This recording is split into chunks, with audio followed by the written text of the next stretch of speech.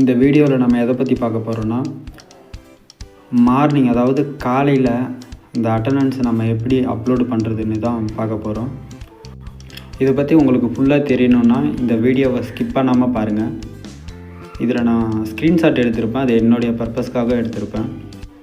நம்ம morning attendance எப்படி போடணும் அதை பற்றி நம்ம சேனலில் ஆல்ரெடி ஒரு வீடியோ போட்டிருக்கோம்.